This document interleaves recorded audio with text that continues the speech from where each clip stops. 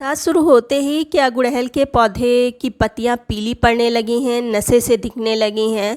Flower bud बिल्कुल बन ही नहीं रहा है, प्लांट पर ग्रोथ नहीं हो रही है, जबकि बरसात का महीना है। बरसात के महीने में गुड़हल बहुत ही तेज़ी से ग्रोथ करता है, लेकिन फिर भी किसी भी तरह की कोई ग्रोथ नहीं हो रही। कलियां नहीं बन रही हैं, कलियां बन नहीं हैं तो पूरी तरह से नहीं खिल रही हैं, वो पहले ही गिर जाती हैं। ऐसी अगर कोई प्रॉब्लम आपके प्लांट पर है तो आप के लिए ये वीडियो बहुत ही काम का होगा, क्योंकि मेरे एक प्लांट पर ऐसी प्रॉब्लम हो गई है।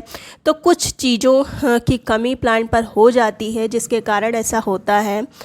बरसात की वजह से जो रेगुलर इनकी फीडिंग होती है 15-15 दिन पर, वो मैं नहीं कर पाई।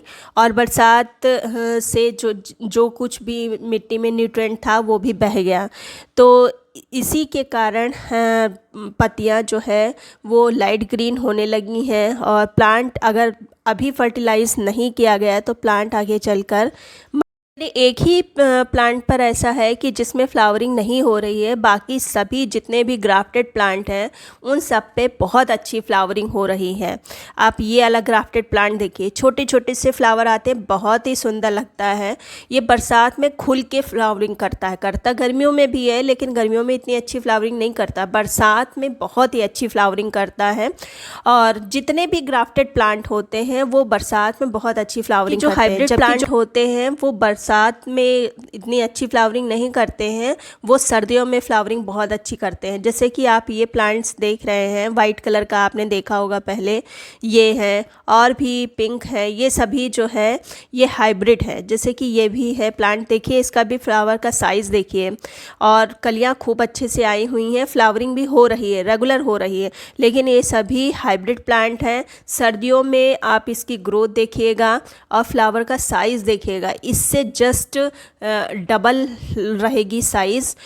तो अगर ग्राफ्टेड प्लांट और जो देसी प्लांट है इस पे अगर फ्लावरिंग नहीं हो रही है तो कुछ टिप्स मैं आपको दे रही हूँ। सबसे पहली बात है कि ये जो ग्राफ्टेड प्लांट होते हैं, देसी प्लांट होते हैं, उनको आप छोटे पॉट में मत लगाइए, उनको आप बड़े पॉट में लगाइए। क्योंकि अगर आप इसको ज़मीन दे देते हैं तो ये बिल्कुल ट्री शेप में ले लेता है, इसलिए गमला थोड़ा सा बड़ा लगाइए। आप मेरा ये पॉट देखिए, हालांकि ये प्लांट मेरा पुराना है, 4-5 साल पुराना है, तब भी ये मेरा पॉट लगभग 16 इंच का है। और एक ये प्लांट देखिए, ये भी मेरा ग्राफ्टेड प्लांट है। और 20 लीटर की जो टंकी होती है, 20 लीटर की जो बकेट होती है पेंट वाली, उसी में लगा के रखा है। और ग्रोथ देखिए कितना घना हुआ है, और बड्स भी आए हुए हैं, बस आज ही नई फ्लावर खिले हैं। तो सबकी अपनी अपनी वैरायटी होती है, कोई किसी मौसम में अच्छा खिलता है, कोई कभी खिलता है। और ये दोनों एक ही कलर के प्लांट हैं। अब पता नहीं इन दोनों में से कौन मदर प्लांट है, कौन किसकी कटिंग है, क्योंकि दोनों ही एक ही साइज़ के हो गए हैं प्लांट। हाँ, बरसात चल रही है, इस मौसम में आप कटिंग दिल खोल के लगाइए। मैंने तो कटिंग भी लगाया है और एयर लेयरिंग भी किए हैं। ग्राफ्टेड जितने भी प्लांट होते हैं, देसी प्लांट होते हैं, और जहाँ तक हाइब्रिड प्लांट भी होते हैं, सबकी कटिंग लग जाती है। इस वाले प्लांट में देखिए वाइट कलर का ये छोटा मिनिएचर प्लांट है, और कलियाँ देखिए कितनी ढेर सारी खिली हुई हैं। तो ये मौसम बहुत अच्छा है ग्राफ्टेड प्लांट के लिए। अब देखिए ये भी मेरा ग्राफ्टेड प्लांट ही है, और इसकी कंडीशन न बरसात में कुछ इस तरह से हो गई है, जबकि ये कुछ दिन पहले बहुत अच्छी फ्लावरिंग कर रहा था। उसी के कारण इसकी ये कंडीशन हो गई है। अगर उस वक्त मैं इसको फर्टिलाइज़ कर देती तो ऐसी कंडीशन ना होती। बारिश होने की वजह से इसमें कुछ चीज़ों की कमी हो गई है, तो आज मैं उन्हीं चीज़ों को डालने जा रही हूँ। हाँ, तो सबसे पहले मैं इसकी जितनी भी घास फूस है उसको हटा लूँगी। और मिट्टी आप देख रहे हैं गीली ही है, बहुत ज़्यादा गीली नहीं है बस, लेकिन हल्की सी गीली है। तो इसी मिट्टी में मैं डालूँगी, क्योंकि मजबूरी है, पानी रुक नहीं रहा है, रेगुलर बारिश हो रही है। तो हल्की सी मैं गुड़ाई कर लूँगी, और बहुत ज़्यादा गहराई में गुड़ाई नहीं करनी है। इस तरह से मैंने 1 इंच तक की मिट्टी ऊपर कर ली है। और सब घास फूस जितने भी हैं, क्योंकि बरसात में बहुत जल्दी ग्रो हो जाते हैं, तो इस तरह से हम हटा देंगे। और सबसे पहले जो बेसिक चीज़ें हैं उनको डालेंगे, है लीफ मोल्ड, जो पत्तियों की खाद होती है वो है। और अगर पत्तियों की खाद आपके पास नहीं है तो कोई भी कंपोस्ट आप डाल सकते हैं। हालांकि पत्तियों की खाद गुड़हल के लिए बहुत ही ज़्यादा फ़ायदेमंद होती है। आप इसको घर में भी बना सकते हैं। काफ़ी दिनों से मैंने इसमें कुछ दिया नहीं है, इसलिए लगभग मैंने 100 ग्राम के करीब इसमें डाल दिया है कंपोस्ट। अब जो दूसरी चीज़ हम डालेंगे ये है नीम की खली।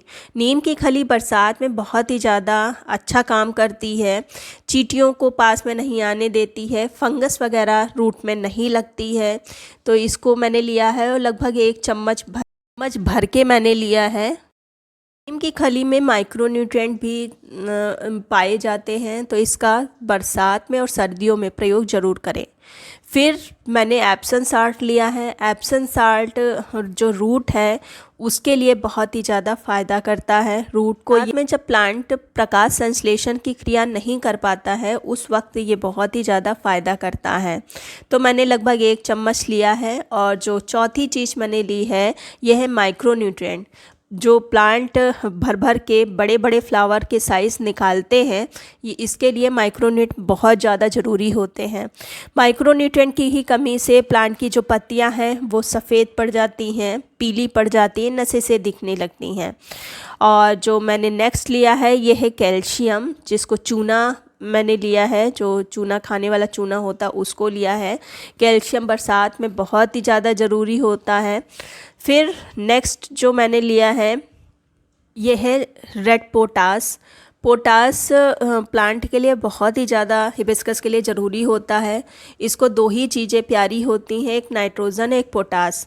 तो पोटास आप रेगुलर इसको देते रहिए, नाइट्रोजन देते रहिए, फिर आपको फ्लावर की चिंता आपको नहीं रहेगी। लगातार ये फ्लावर प्रोड्यूस करता रहेगा। हाँ, समय समय पर जो मैंने न्यूट्रिएंट दिए हैं उनको भी देना पड़ेगा, वरना फ्लावर के जो बर्ड हैं वो बिना खिले ही गिर जाएंगे। ये सब चीज़ें जो मैंने दी हैं, हालांकि अभी बहुत सारी चीज़ें लग रही हैं, लेकिन आप सोचिए इसमें क्या नहीं दिया जा सकता। माइक्रोन्यूट्रिएंट भी बहुत ज़्यादा ज़रूरी है, पोटास भी ज़रूरी है, नाइट्रोजन भी ज़रूरी है, हाँ कैल्शियम भी बरसात के लिए बहुत ज़्यादा ज़रूरी है। इसमें कुछ एक्स्ट्रा तो दिया ही नहीं गया। इसलिए ये सभी जो फर्टिलाइज़र हैं ये प्लांट के लिए बहुत ही ज़्यादा आवश्यक है। अगर बात करी जाए घरेलू फर्टिलाइज़र की, तो अभी आप घरेलू फर्टिलाइज़र दे ही नहीं सकते, क्योंकि एक तो लगातार बारिश हो रही है, तो बनाना पील का फर्टिलाइज़र आप दे नहीं सकते हैं। धूप निकलने पर उसको दे भी देते हैं तब भी और भी चीज़ें होती हैं, न्यूट्रिएंट होता है, नाइट्रोजन होता है, उसके लिए तो आपको अलग से फर्टिलाइज़र देना ही पड़ेगा। सिर्फ बनाना पील के फर्टिलाइज़र से हिबिस्कस फ्लावरिंग नहीं करेगा रेगुलर। हाँ, फ्लावर को इन्हेंस कर देता है, लेकिन ये कहिए कि सिर्फ बनाना पील के फर्टिलाइज़र पर आपका हिबिस्कस का प्लांट ग्रो करेगा तो ऐसा नहीं होता है। आपको ये सभी फर्टिलाइज़र देनी ही पड़ेंगी। उम्मीद करती हूँ मैंने जो बताया वो आपके काम का होगा। अगर काम का है तो लाइक कर दीजिए, सब्सक्राइब कर लीजिए। मिलते हैं फिर किसी वीडियो में नई जानकारी के साथ। तब तक की गुड बाय।